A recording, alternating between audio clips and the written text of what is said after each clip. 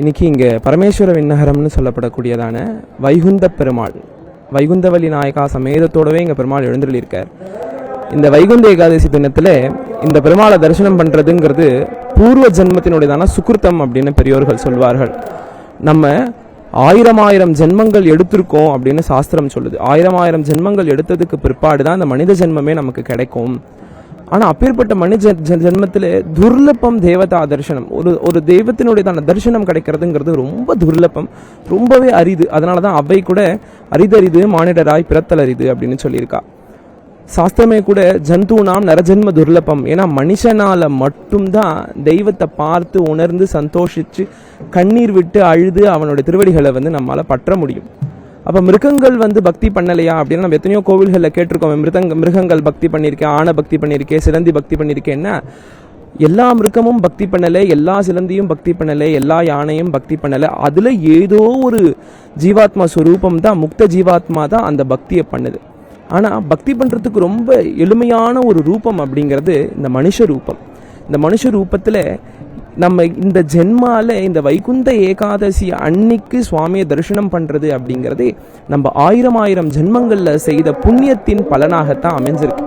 இந்த சன்னதி கோபுரங்கள் தான் மிகவும் விசேஷமானதான ஒரு கோபுரம். இந்த கோபுரத்திற்கு மணிமாட்ட கோபுரங்கள் அப்படின்னு திருநாமம். இதில் என்ன அப்படின்னா, கர்ப்ப கிரகத்தில் இருக்கக்கூடியதான எம்பெருமான தரிசனம் பண்ணிட்டு அதன் பக்கத்தில் இருக்கக்கூடிய வழியில் நம்ம ஏறி முதல் நிலையில் போனோம்னா அங்கே ஒரு விதமாக பெருமாள் நமக்கு சேவை சாதிப்பார். அதிலிருந்து ஏறி இன்னொரு வழி ஏறி 3வது சன்னதிக்கு போனோம்னா அங்கே ஒரு நிலையில் பெருமாள் சேவை சாதிப்பார். எப்படி இந்த ஆன்மா பல ஜென்மாவை எடுத்து சுழண்டு பல பிறவிகள் எடுத்து கடைசியாக மனுஷ பிறவி எடுக்குதோ, அதை அச்சீவ் பண்ணுறதுக்கு அந்த ஆன்மா எவ்வளோ கஷ்டப்பட்டதோ அதை உணர்த்துவதற்காக எம்பெருமான் 3 நிலைகளில் இந்த இடத்துல சேவை சாதிக்கிறார். கீழே பரவாசு தேவனாக எம்பெருமான் அமர்ந்த திருக்கோலத்திலேயே இங்கே சேவை சாதிக்கிறார். இந்த பெருமாளோட விசேஷம் பார்த்தோன்னேக்க, பெருமாள் அமர்ந்த திருக்கோலத்தில் அபயவரதம் சாதிச்சுட்டு பெருமாள் இங்கே சேவை சாதிக்கிறார். பயப்படாத, கலங்காத, எதை நினைச்சும் நீ கஷ்டப்படாத, உன்னை ரட்சணை பண்ணுறதுக்கு நான் இருக்கும் பொழுது நீ ஏன் கவலைப்படுற, என்னிடத்துல வர்றதுக்கு நீ ஏன் பயப்படுற, ஐயோ பக்தி பண்ணிட்டோன்னா நமக்கு கஷ்டம் வந்துடுமோ, பக்தி பண்ணிட்டா நம்ம சமுதாயத்திலேருந்து விளங்கிடுவோமோன்னு பயப்படுறியா, 1000 கொடுக்க தெரிஞ்ச எனக்கு உனக்கு தேவையான 10 கொடுக்க தெரியாதான்னு ரொம்ப கருணையோட எம்பெருமான் அபயவரதம் சாதிச்சுட்டு அமர்ந்த திருக்கோலத்தை நமக்கு இங்கே சேவை சாதிக்கிறார்.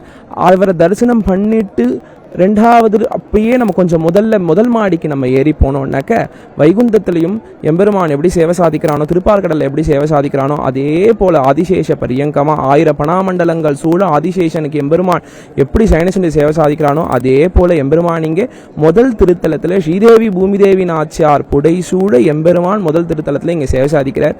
அவரை தரிசனம் பண்ணிட்டு 2வது ஸ்தலத்தில் எம்பெருமான் நின்ற நிலையில் இருக்கிறதாக இங்கே ஒரு ஐசிஷ்டியம். ஆனால் அங்கே போய் பார்க்கறதுக்கான வாய்ப்புகள் ரொம்ப அரிது. ஏன்னா அதுக்கு சரியான படிவசதிகள் இல்லைங்கிறதுனால நம்மளால் இப்போ போய் தரிசனம் பண்ணுறது கிடையாது. அதோடைய தரிசனம்ங்கிறது பல வருஷங்களுக்கு முன்னாடி நின்று போயாச்சு. அப்படி 3 நிலையில் பெருமான் இங்கே சேவை சாதிக்கிறார். அப்பேற்பட்ட ஆச்சரியமான ஆழ்வாரால் மங்களாசாசனம் செய்யப்பட்ட பெருமாள் இந்த க்ஷேத்திரத்தை உருவாக்குனது பல்லவ மன்னவர்கள். இந்த பல்லவ மன்னவர்கள் யாரோடைய வம்சாவழிகள் அப்படின்னா அஸ்வத்தாமாவினுடையதான வம்சாவழிகள்னு ஹிஸ்டாரிக்கலாகவும் சாஸ்திர ரீதியாகவும் சொல்றாங்க. இந்த தரிசனத்தை பார்த்துட்டு இன்னைக்கு நாங்கள் வைகுந்த ஏகாதசி தரிசனம் பார்த்துட்டு வெளியே வந்திருக்கோம். இந்த வைகுந்த ஏகாதசி தரிசனம் அப்படிங்கிறது பூர்வ ஜென்ம சுக்கிருத்தம்னு நான் சொன்னது போல புனர்ஜென்மம் இல்லாததான ஒரு நிலையை நமக்கு ஏற்படுத்தும். மறுபடியும் நம்ம பிறந்தாதானே இத்தனை கஷ்டம் நஷ்டம், மறுபடியும் படிக்கணும், மறுபடியும் எக்ஸாம் எழுதணும், மறுபடியும் காலேஜ் போகணும், மறுபடியும் வீடு கட்டணும், வாடகை செலவு பண்ணணும், இவ்வளோ பிரச்சனைகள் இருக்குது. இதுலேருந்து நம்ம நிவர்த்தி ஆனோம்னா மோட்சம் மட்டும்தான் வழி. அப்பேற்பட்ட மோட்சத்துக்கு வழியாக எம்பெருமான் நமக்கு மோட்சம் இக்ஷேது ஜனார்த்தனகான்னு சொல்கிற மாதிரி சுவாமி நமக்கு மோட்சம் கொடுக்கறதுக்காக இன்னைக்கு வைகுந்த ஏகாதசியில் யாம் பெற்ற இன்பத்தை பெருக இவ்வையகம்னு ஆழ்வாராச்சாரியர்கள் என்ன கொண்டாடினாங்களோ அந்த சந்தோஷத்தை நமக்கு கொடுக்கறதுக்காக இப்படி லட்ச ஜனங்கள் காத்துட்டு அவனை தரிசனம் பண்ண அந்த க்ஷணநேர தரிசனம் தான். அந்த க்ஷணநேர தரிசனம் அவன் கொடுத்தாலுமே நம்ம பெருமாளை பார்த்தோமா, ஐயோ இத்தனை நேரம் நின்னோமே பெருமாளை சரியா சேவிக்கலையேன்னு பயமே வேண்டாம். சுவாமி நம்மளை பார்த்துட்டார், அவர் நம்மளை கணக்கு வச்சுப்பார், அவர் நம்மளை காப்பாற்றுவார். அப்படி ஒரு ஆனந்தமான ஒரு தினம் இந்த வைகுந்த ஏகாதசி தினத்தில் இப்படி ஒரு ஆனந்தமான தரிசனம் எங்களுக்கு கொடுத்த எம்பெருமானுக்கு ரொம்ப நன்றி. மக்கள் ரொம்ப ஆர்வத்தோட ஆரவாரத்தோட இங்கே வைகுந்த ஏகாதசி எம்பெருமான தரிசனம் பண்ணுறதுக்காக, இன்னும் சொல்ல போனால் நேற்று இரவு இருந்தே இங்க ஜனங்க வரிசையில் நின்று தரிசனத்துக்காக காத்துட்டு இருந்து இப்போ வரைக்கும் தரிசனம் பண்ணிட்டு விரதம் இருந்து தரிசனம் பண்ணி கொண்டு எல்லாருமே போறாங்க. இதே போல பக்தி மேல மேல மேல வளரணும்.